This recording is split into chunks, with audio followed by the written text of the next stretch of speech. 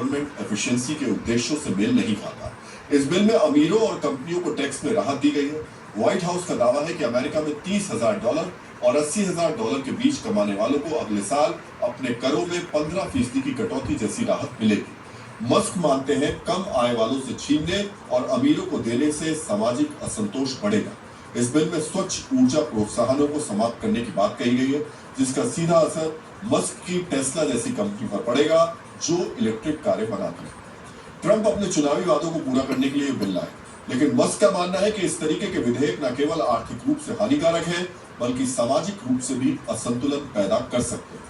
लेकिन राष्ट्रपति ट्रंप ने मस्क की आलोचना को सार्वजनिक रूप से खारिज करते हुए इस विधेयक इसको बिग एंड ब्यूटीफुल कहा है। ट्रंप ने संकेत दिए थे कि बिल में कुछ बदलाव किए जा सकते हैं, लेकिन मस्क ने अपने पद से पहले ही इस्तीफा दे दिया। अब आप सोच रहे होंगे क्या एक बिल की वजह से ट्रंप और मस्क की राहें जुदा हो गई? तो ऐसा नहीं है। राजनीति में अपना वक्त देने के साइड इफेक्ट्स भी मस्क को झेलने पड़े और डिपार्टमेंट ऑफ गवर्नमेंट एफिशिएंसी के हेड के तौर पर लिए गए उनके फैसलों ने उनको अलोकप्रिय भी बना दिया। एलन मस्क के ट्रंप प्रशासन में शामिल होने के बाद उनकी कार कंपनी टेस्ला के शेयरों में लगातार गिरावट देखी गई। मार्च 2025 में टेस्ला के शेयर मूल्य में 15% की गिरावट आई, जिससे कंपनी की मार्केट वैल्यू $130 बिलियन तक घट गई। इस दौरान टेस्ला की कार डिलीवरी में भी गिरावट आई। 2025 की पहली तिमाही में टेस्ला की डिलीवरी में 13% की कमी देखी गई। ऐसी गिरावट टेस्ला में पिछले कुछ वर्षों में कभी नहीं देखी गई। इसके अलावा निवेशकों ने मस्क की राजनीतिक गतिविधियों को टेस्ला के लिए नकारात्मक माना, जिसका असर भी साफ दिखाई दिया। आज आपको इसका कारण भी समझना चाहिए। असलियत में एलन मस्क की अगुवाई में डिपार्टमेंट ऑफ गवर्नमेंट एफिशिएंसी के फैसलों से एक तबका काफी नाराज हुआ। फैसले से नाराज लोगों ने टेस्ला के बहिष्कार का ऐलान किया और ऐसा करने वाले अमेरिका के साथ साथ यूरोप में भी मौजूद थे। मस्क ने सरकार के खर्चों में कटौती के लिए 2,60,000 से अधिक कर्मचारियों की छंटनी की। इससे जनता में असंतोष बढ़ा और मस्क की छवि पर नकारात्मक प्रभाव पड़ा। मस्क की नीतियों के कारण यूरोप में टेस्ला की बिक्री में 45% की गिरावट आई। डिपार्टमेंट ऑफ गवर्नमेंट एफिशिएंसी की नीतियों के खिलाफ अमेरिका और यूरोप में टेस्ला शोरूम के बाहर विरोध प्रदर्शन भी हुए। इसके अलावा एलन मस्क की कंपनी स्पेसएक्स का मेगा रॉकेट स्टारशिप का एक बार फिर विफल हो गया। ये भी मस्क के लिए एक बड़ा झटका रहा। मस्क का सपना है कि 2050 तक मंगल ग्रह पर हजारों लोगों की बस्ती बसाई जाए। स्टारशिप इसकी रीढ़ की हड्डी है। अगर ये सफल नहीं होता तो मंगल यात्रा एक दूर की कौड़ी बन सकती है। यानी ट्रंप की सरकार में शामिल होकर मस्क का फायदा कम और नुकसान ज्यादा हो रहा था, जबकि अमेरिका का राष्ट्रपति बनने के बाद ट्रंप की संपत्ति में 2.5% का इजाफा हुआ है। मस्क की नजर भी इन खबरों पर होगी और वो भी अब अपनी महत्वाकांक्षी परियोजनाओं पर ज्यादा वक्त देना चाहते हैं।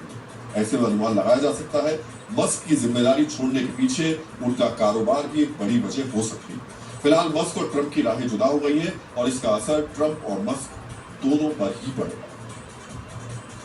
एलन मस्क और डोनाल्ड ट्रंप के रास्ते अलग होते नजर आ रहे हैं, तो दूसरी तरफ एलन मस्क के पिता एरोन मस्क ने अध्यात्म और भक्ति के मार्ग पर बढ़ना शुरू कर दिया और इस यात्रा में सीनियर मस्क की मंजिल है धर्म नगरी अयोध्या, जहां श्री रामलला विराजमान है। एलन मस्क के पिता के इंडिया टूर में क्या क्या होने वाला है आप भी देखिए और समझिए।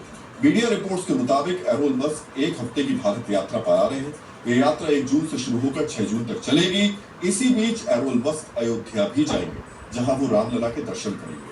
एरोन मस्क की टीम ने अयोध्या यात्रा को लेकर एक बयान भी दिया है, जिसमें कहा गया है कि मस्क अयोध्या से अपने आध्यात्म यात्रा को शुरू करना चाहते हैं। एक हफ्ते के दौरान एरोन मस्क ग्रीन एनर्जी से जुड़े कुछ आयोजनों का भी हिस्सा बनेंगे।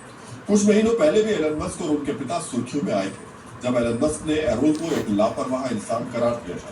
जवाब में एरोन मस्क ने कहा था उनका बेटा एक अच्छा पिता नहीं बन पाया। हो सकता है कि मर्यादा पुरुषोत्तम के दरबार में आकर उन्हें भी ज्ञान की अनुभूति हो और वो पारिवारिक मूल्यों को समझ सके।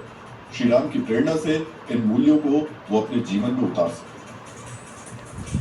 रामायण में प्रभु श्री राम और माता कौशल्या के बीच एक संवाद है। जब श्री राम वनवास जा रहे थे तो माता कौशल्या विचलित हो गई। तब प्रभु श्री राम ने अपनी माता से कहा, मेरी रगों में आपके दूध की शक्ति और साहस है, जो विपत्तियों के समुद्र को पार करने की क्षमता देगा। जिस दूध का वर्णन रामायण में है, अब हम आपको उसी दूध से जुड़ी एक जरूरी खबर दिखाने जा रहे हैं। इस खबर के केंद्र में वो पैकेट वाला दूध है जो बड़े शहरों में रोजाना आपके और हमारे घरों में आता है। कई बार लोग पैकेट खोलकर दूध बर्तन में डालते हैं, उसे उबाल लेते हैं, लेकिन पैकेट वाले दूध को उबालना फायदेमंद है या फिर नुकसानदायक? आज हम आपको इस सवाल का जवाब देंगे। आप भी ध्यान से समझिए पैकेट वाले दूध को उबालना चाहिए या नहीं, क्योंकि ये खबर